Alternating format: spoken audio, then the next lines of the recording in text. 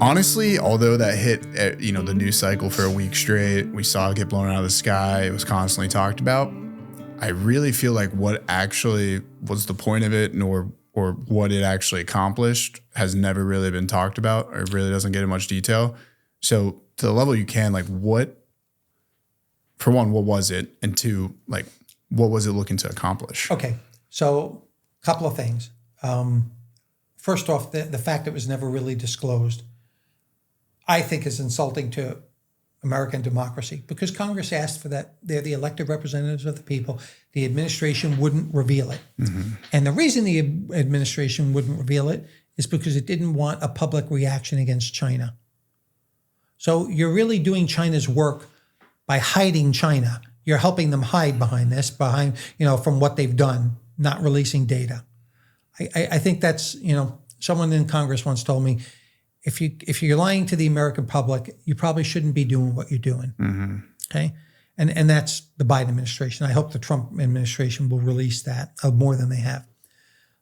So what you find, though, is that take a balloon that's 60,000 feet. Well, if you're hovering over a military base, look, there are two types of transmissions that you're only going to get if you're sitting in the beam. Okay, one is long wave transmissions, right? That go part of the Earth, and they go from us to naval forces. They're usually basically used for long distance. They bounce off the ionosphere, and they're used for long distance communication. So you have to be in the path to be able to catch those, which is the threat from farms and things like that, military bases. The other ones, of course, are communicating with satellites. You don't know what we're communicating to our satellites, the ones overhead, because you're not within the beam. You're not within the transmission beam.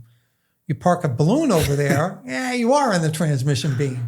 So you can collect, at a minimum, the communications between our space assets and our ground assets, and our bases. In that role, you can communicate. You can collect the transmissions that are going for long wave transmissions, right? Out to sea for commands and things like that. Atmospheric levels, okay? The different sort of levels or layers of atmosphere, densities, humidity, things like that. You actually need that for missiles, right? So you collect that so that you can calibrate your missiles to be effective in coming through those atmospherics. So number two. Number three, high resolution imaging.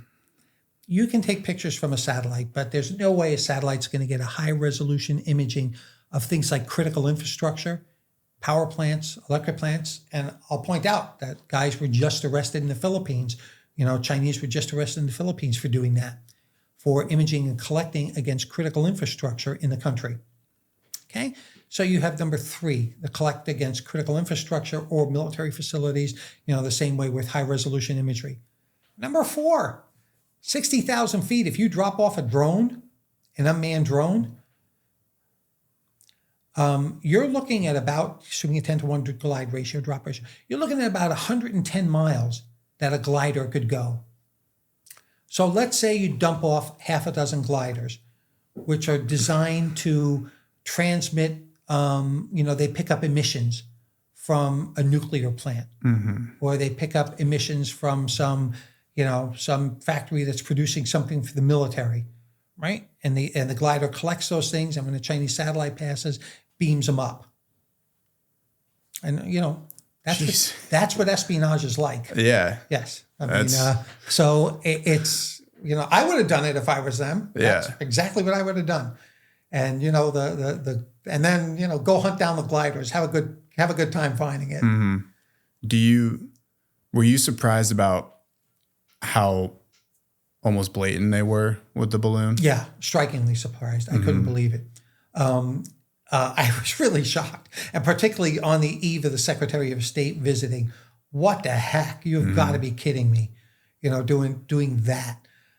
I mean, the previous ones they did, typically these things aren't detected because they go with the current, with the draft, and the systems are calibrated, to see things that are moving fast, moving different against the standard background noise of the current. In this case, they're just coming in with that.